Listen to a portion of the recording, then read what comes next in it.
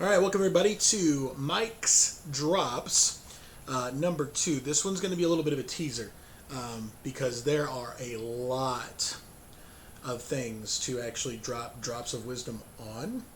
Um, and whereas this was going to predominantly be a historical representation of the things that I've had to go through, I'm also going to start by these stories, these Mike's drops are going to start conversations because I'm going to be saying something from my perspective, from my truth that may resonate with you and your truth that you want to share on that particular person, like Robbie Goodman, the school board, Mr. Wood, the school counselors, anything at all that I'm going to do a Mike's drop about. That's going to encourage people to respond. So here's what I would like to do. Just kind of thinking going forward. When I make a Mike's drops, people are going to start responding to me, either responding comments or hit me up on Facebook, either one, I don't mind. And I will record follow-ups. I will record commentary from you guys on these particular ones, like Robbie Goodman. I've got 3 or 4 different people that have already reached out with a story that said this is what happened with me and Dr. Goodman, and they're asking if I'll be willing to share their story. So that's going to be something I'm going to start doing. This is going to be in an effort to address the laziness of Middlebury Entitlement Schools with their decision to not discuss a disgruntled employee because it's inappropriate. So we're not going to discuss a former employee. We're going to discuss your former students and their stories and your community stories. And because they want me to use my voice to share that, you're going to hear it regardless. And if you want to silence that behind disgruntled employee stuff, good luck. So this one's a teaser because there's probably going to be more drops about this particular group of individuals at Middlebury Community Schools more than anyone else. Okay, this one is going to be for the Middlebury Community Schools Northridge High School Counseling Department. And when I had worked there over 8 years, I was a member of the counseling department until the very end, where I removed myself from the counseling department due to the level of toxicity that existed, and actually moved to the center of the building in the classroom next to Mr. Keefe's room in order to be able to continue the advocacy that I had with my kids without the toxicity and the poison of my counselor peers right next door to me. That's how bad it got, and I had to relocate. So, a couple of tidbits about this. When I'm going to be talking about these individuals, here are the names that you're going to hear predominantly. You'll hear Stephanie Preem, who was one of the longest standing counselors at Northridge High School, if not the most long-standing one, and was there when I started working. Andrea Smeltzer, who is still there working and was there when I started working. Linda Grant, the former guidance director that was working there when I started. Summer Runyon, the current guidance director that has been there for maybe 3-4 years, I think now. Carly Meeker, who's been there less time than everybody except their brand new hire. Kelsey Tote, who that's going to be that'll be a big one. There's a lot to go into that one. And I don't, honestly, I'm going to tell you this right now, I don't know anything about the new counselor that they replaced to hire me. And because I don't have any truth regarding her, I have nothing to say. I don't speak ill of anybody that I don't know or haven't gotten a chance to get to. But I will share other people's stories if they have them and they don't feel like they can share them. I have no problem at all saying, here's somebody who reached out to me regarding this counselor and they would like their voice heard, so I'm going to go ahead and share it. That will happen. So, to whomever the new counselor is, I'm sorry I haven't met you yet. I would love to. If you want to have a conversation aside from all the politics stuff, hey, let's prop it up. But in lieu of that, we'll just kind of leave it alone. Now, there are other members of the counseling department that I will touch on during these times, like our support staff. So we've had secretaries, we've had registrars, we've had dual credit assistants. We've had support staff that has worked within the counseling department while I've worked at the counseling department that also have stories of corruption and data manipulation and how they were, told they need to keep their mouth shut about certain things. Like it's everywhere. Okay. So today's teasers are a couple of things. We're going to focus just today on counselors. Okay. And so here are the kind of the teasers, just to get you a little bit of kind of what's coming, so you can anticipate when you see the names of these mic drops. If it resonates with something that may have happened to you with either of these people, you would know to tune in, maybe listen to that one, see if it actually resonates with your truth. And if it does, please share it with me. I would love to share it. Or just hear it. God, I would love to just support you and listen to your story, even if nothing comes out of it. You want to text me in private about everything that happened to you and hear my response, and we never talk again, and you feel affirmed and validated and your truth was heard? Mic drop. That's all I need. All right? So, for today's Mic's Drops, we're going to focus on the counselors that were working at the time that I decided that the workplace environment was so toxic I had to leave for fear of my life. And that is going to centralize on Carly Meeker, Andrea Smeltzer, Summer Runyon, and Kelsey Tote. Of those four, I would say that I have had the longest working relationship with Andrea Smeltzer, because we'd worked the longest. So there's a wealth of stories that come from there. Kelsey and Carly have something different. But, you know, I'll tell you something. Here's just a little tidbit of each. Starting with Kelsey. Kelsey inherited the office next to me on the other side. So if Dave Harms, the athletic director, was on my right, she was on my left. And here's a mic truth, okay? And if you'd like to ask anybody else if they have this same truth, I know a couple of people that have seen it happen and did see it happen for the entirety of the time that they were there, and would be happy to confirm that they also saw this on my truth. Kelsey Tote is one of the most entitled people that Middlebury Community Schools has ever hired.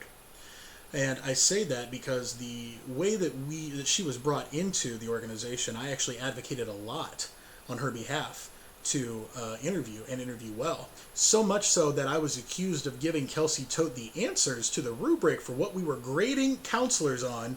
That's how good she interviewed. So that's kind of what started a little bit of the dissolution, and that'll come out a little more during the Steph Preem mic drop moment. But in my truth experiencing working with Kelsey Tote, here's my truth. Okay, here's my experience. Not fact, my truth. How I feel. She is an A-type personality that can never be one-upped, and every time if you talk to her and you have a story, she'll find a way to say that she has a better one, either through her children, through her experience, through her vast knowledge of different wines, which she was not quiet about while we were working together, which, you know, I mean, it is whatever you're passionate about, you want to be a vino, I'm not knocking you, I'm just telling truths. And she came to us from Fairfield during a time when Fairfield was, I think it was Fairfield, yeah, during the time when the administration at Fairfield was currently failing their employees. Her own words. So I advocated hard to bring her on, and she stabbed me in the back harder than anybody else.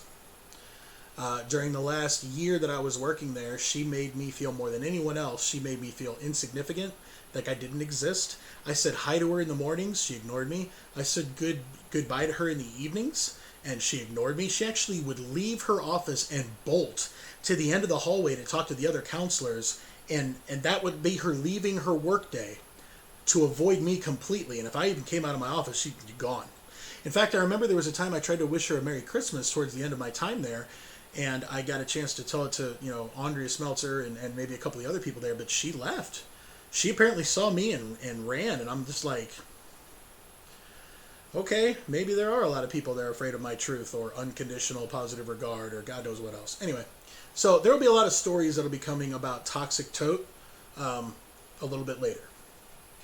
Andrea Smeltzer is the one who's worked for the longest time as a school counselor there since I've worked there, and she is what I refer to as the quiet manipulator. Andrea Smeltzer looks on the outside as a sweet and innocent and very knowledgeable person, and I will say this, in working with Andrea, her intelligence level of school counseling, that's to be respected. I feel like she's put a good amount of work into understanding the profession and school counseling, but her heart is not. And that's evidence from the stories that I keep getting from her kids.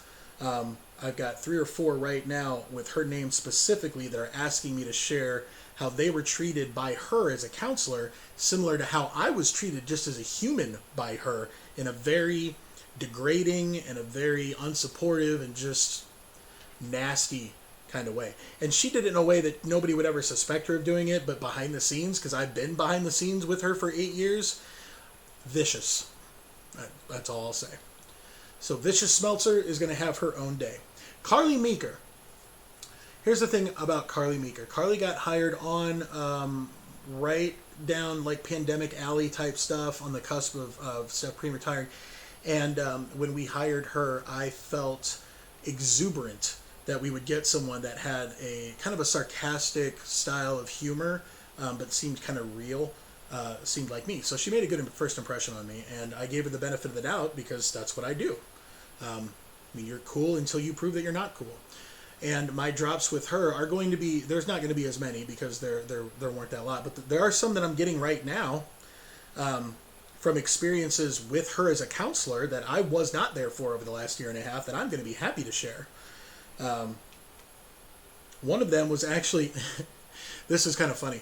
I'll send you the picture as it was sent to me before she takes them down, but on Carly Meeker's Instagram, some of her graduates and stuff had followed her and she friended, but like the top 2 featured videos are entitled things like when you get a call from that parent, or when you get that email from a student. And this is the professional counseling staff that you currently still have hired, Middlebury Community Schools. Seems like the nice, genuine people have left and ran in fear, and the people that support your agenda and don't really actually care about kids, they care more about the school, you seem to support, stay. And oh, that's right, when I was out with my tragedies, you made sure to take all of the stuff that was in my office at the time and throw it into an empty office so that she could have my office before I even had a chance to leave the organization. That's the truth.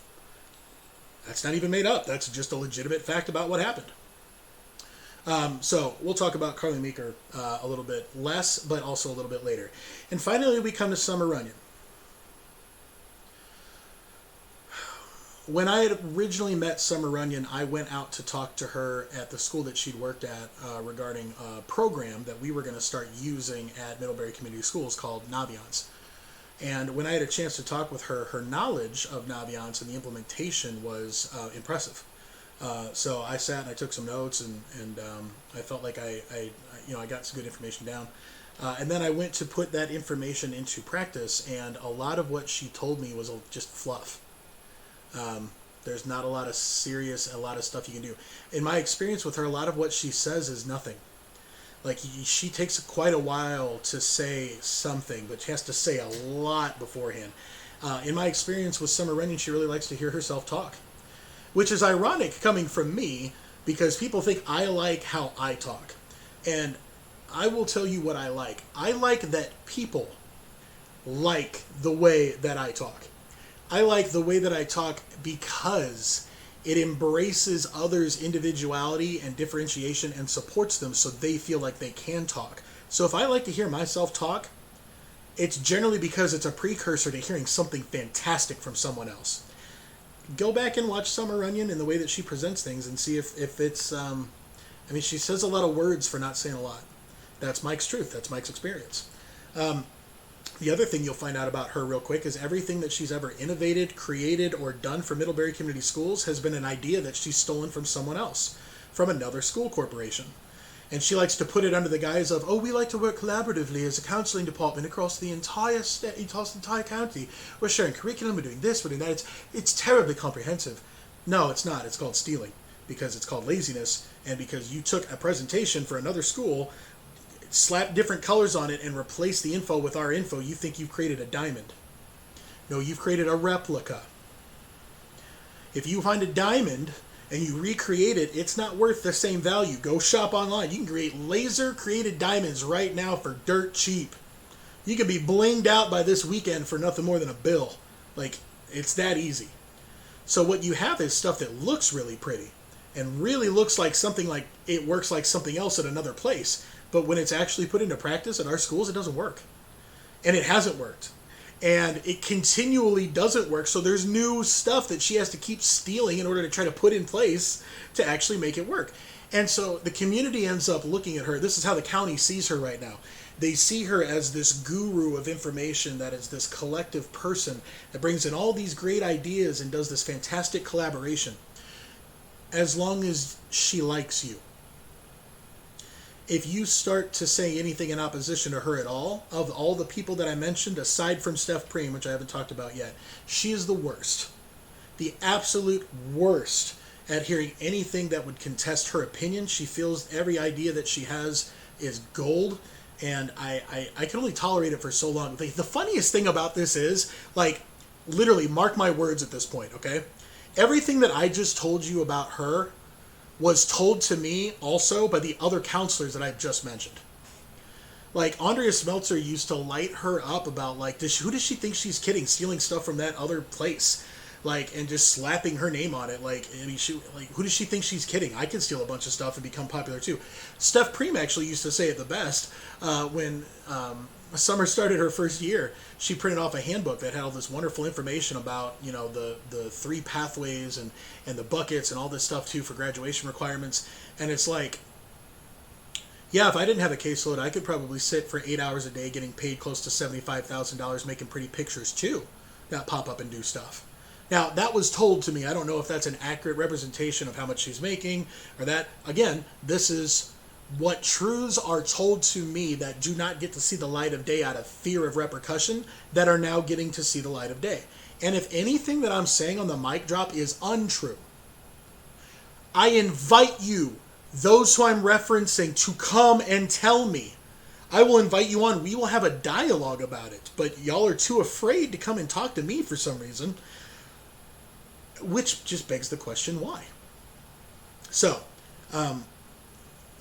Summer Runyon was also one of the main reasons why I chose to quit Northridge High School, because when I would reach out to her for advocacy, for help from me, in dealing with some of maybe the more challenging families or maybe some more of the entitled families, I got thrown under the bus every day of the week. Here's what she told me. One point we were having an altercation discussion where I was telling her how a single family had acted so entitled that by the time I got done dealing with their issue, because they felt like they were the only ones that mattered in existence, the other stuff that I had planned to do today to support a greater number of kids had to be put on the wayside. Because I don't know if you've been to Middlebury Community Schools, but if someone shows up and they've got the right name and they've got the right bank account and they've got the right connections, you will be told by the administration and anyone who is in charge over you to put everything that you plan aside to make room for them, like royalty is walking in. That's Middlebury Entitlement Schools. That's how it works. And if it doesn't work that way and you have a different opinion, tell me. I would love to hear your truth. I'm telling you that even if your truth contradicts mine, it matters because it's your perspective. It's your truth. The more truths that we get in on this one issue, the better we as a community are able to understand what's going on instead of just listening to one person or one school board. So that's your little taste of what's going to come with the NHS counselors. The stories that are going to be able to pour out about them are just going to be endless. So like I said, these are going to be try to be episodic. I'm going to try to keep them somewhere between 22 and 30 minutes each time, so at least you kind of know a little bit about what you're setting up for if you have to. Yeah. So this has been Mike for the mic drop, adding a Mike's drop of wisdom regarding the NHS counseling department. With my perspective and my truth. I look forward to bringing this out a little bit more and speaking about these individual counselors individually in different sections, similar to Robbie Goodman, where I get to share the stories of the parents and the children and the community members that they hurt, made feel like they were insignificant or didn't matter, felt marginalized, or just generally treated unhuman. I'm going to be sharing those stories because they need to be shared. That's a truth of what's going on. And if you're going to make a decision about where to send your school or send your children or keep your children, I will tell you this. If you fit the Middlebury cookie cutter model, there is no better school for you than Middlebury Community Schools. There you go. I just gave it an endorsement, so now you can't say I'm bad-mouthing, all right? If you are not the cookie cutter model of what Northridge High School and Middlebury Community Schools is looking like, you will be made to feel like a third-class citizen. And you will not be supported, and you will be silently subjected to minor aggressions throughout teachers, other students, other counselors, and it's just going to be permissible. And no one's going to fight for you like no one fought for me because I'm not Middlebury.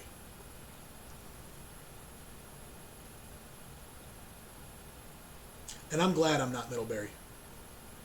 because the way that Middlebury is right now, if the school board and the community school system is a good representation of your actual community, you might want to take a look at your high schools and your schools, boys and girls, because there are children that are afraid to go there. They're fearing for their lives from the amount of bullying that's taken place because they don't fit a right model. I don't know about you because I'm not a parent, but as a parent, that would make me put up some red flags, some question marks on whether or not my child would actually be safe. And safe with the people that they should feel the safest with in the building, like the counselors. So that's Mike's drop. A little bit of tease for this one. Again, these are going to get big over time. I love you guys for sharing your stories. Keep sending them to me. When you send them to me, tell me either in text or in comment, whatever, if you would like them shared on the mic drop, if you'd like it shared anonymously, or if you'd like me to represent you and your family. I'm here to speak your truth. That's the only reason this exists. I love you guys. Carry on, my wayward sons, daughters, and everything else in between, because I love you if you breathe. You matter. This is Mike. We out.